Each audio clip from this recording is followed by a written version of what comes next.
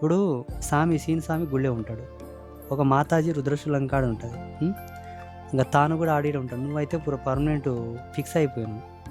Okay, మీరు చెప్పాలి వాళ్ళకు, గురువుగారితో ఏం లేదమ్మా, ఆయన ఒక దేవదూతగా వచ్చాడు.